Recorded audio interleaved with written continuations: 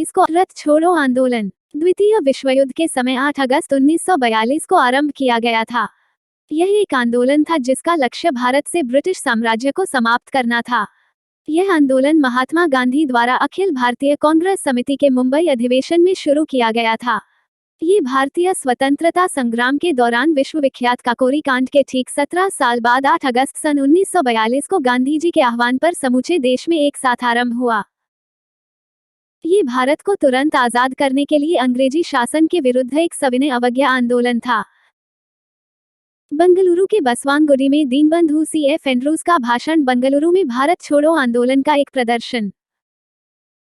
Cripps mission की विफलता के बाद महात्मा गांधी ने ब्रिटिश शासन के खिलाफ अपना तीसरा बड़ा आंदोलन छेड़ने का फैसला लिया। 8 अगस्त 1942 की शाम को बंबई में अखिल भारतीय कांग्रेस कमेटी के बंबई सत्र में अंग्रेजों भारत छोड़ो का नाम दिया गया था। हालांकि गांधी जी को फौरन गिरफ्तार कर लिया गया था, लेकिन देश भर के युवा कार्यकर्ता हड़तालों और तोड़फोड़ की कार्यवाहियों के जरिए आंदोलन चलाते रहे।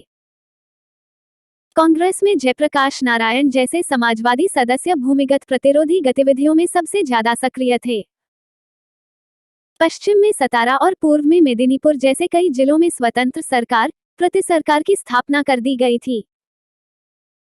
अंग्रेजों ने आंदोलन के प्रति काफी सख्त रवैया अपनाया, फिर भी इस विद्रोह को दबाने में सरकार को साल भर से ज्यादा समय लग गया। इतिहास। भारत छोड़ो का नारा यूसुफ मेहर अली ने दिया था।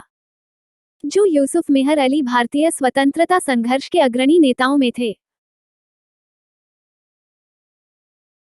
विश्व युद्ध में इंग्लैंड को बुरी तरह उलझता देख जैसे ही नेताजी ने आजाद हिंद फौज को दिल्ली चलो का नारा दिया, गांधी जी ने मौके की नजाकत को भांपते हुए 8 अगस्त 1942 की रात में ही बंबई से अंग्रेजों को भारत छोड़ो व भारतीयों को करो या मरो का आदेश जारी किया और सरकारी सुरक्षा में यरवदा पुणे स्थित आगा खान पैलेस में चले गए।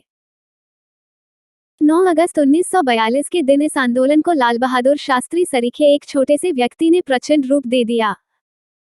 19 अगस्त 1942 को शास्त्री जी गिरफ्तार हो गए। 9 अगस्त 1925 को ब्रिटिश सरकार का तख्ता पलटने के उद्देश्य से बिस्मिल के नेतृत्व में हिंदुस्तान प्रजातंत्र संघ के 10 जुझारू कार्यकर्ताओं ने काकोरी कांड किया था, जिसकी यादगार ताज़ा रखने के लिए पूरे देश में प्रतिवर्ष 9 अगस्त को काकोरी कांड स्मृति दिवस मनाने की परंपरा भगत सिंह ने प्रारंभ कर दी थी और इस दिन बहुत बड़ी संख्या में नौजवान एकत्र होते थे। गांधी जी ने एक सोची समझी रणनीति के तहत 9 अगस्त 1942 का दिन चुना था। 9 अगस्त 1942 को दिन निकलने से पहले ही कांग्रेस वर्किंग कमेटी के सभी सदस्य गिरफ्तार हो चुके थे और कांग्रेस को गैरकानूनी संस्था घोषित कर दिया गया।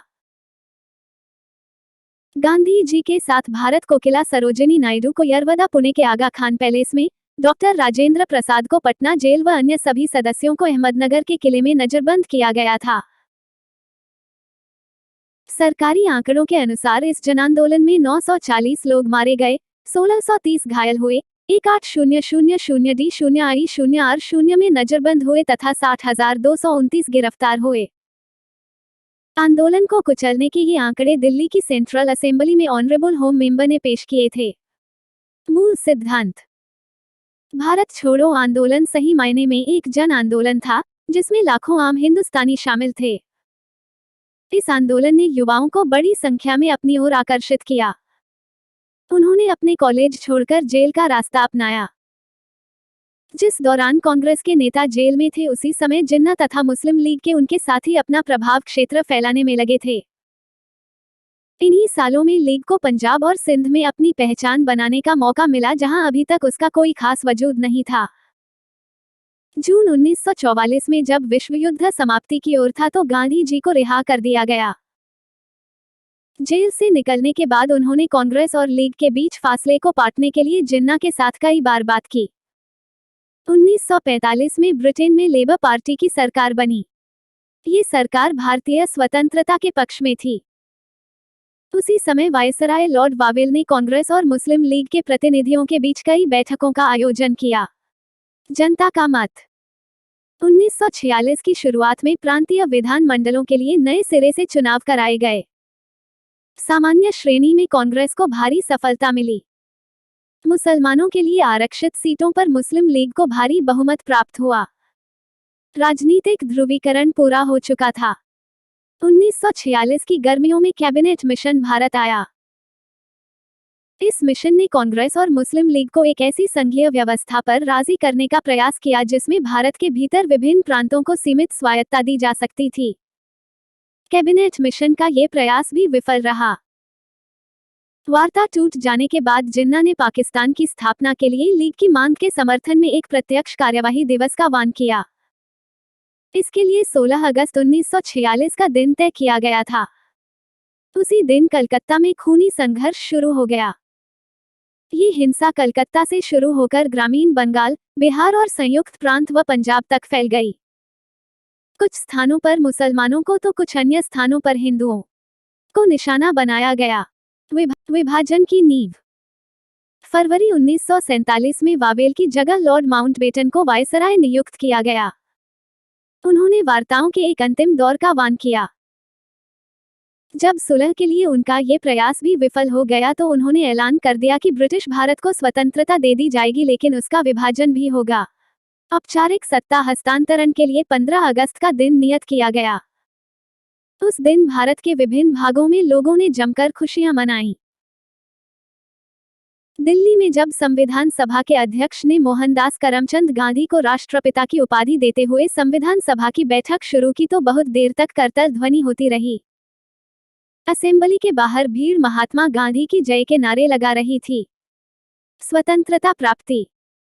15 अगस्त 1947 को राजधानी में हो रहे उत्सवों में महात्मा गांधी नहीं थे।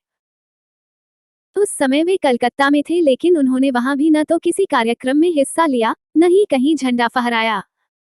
गांधी जी उस दिन 24 घंटे के उपवास पर थे।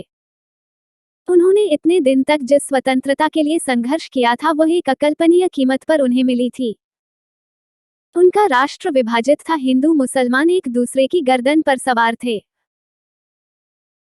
उनके जीवनी लेखक डी.जी. तेंदुलकर ने लिखा है कि सितंबर और अक्टूबर के दौरान गांधी जी पीड़ितों को सांत्वना देते हुए अस्पतालों और शरणार्थी शिविरों के चक्कर लगा रहे थे।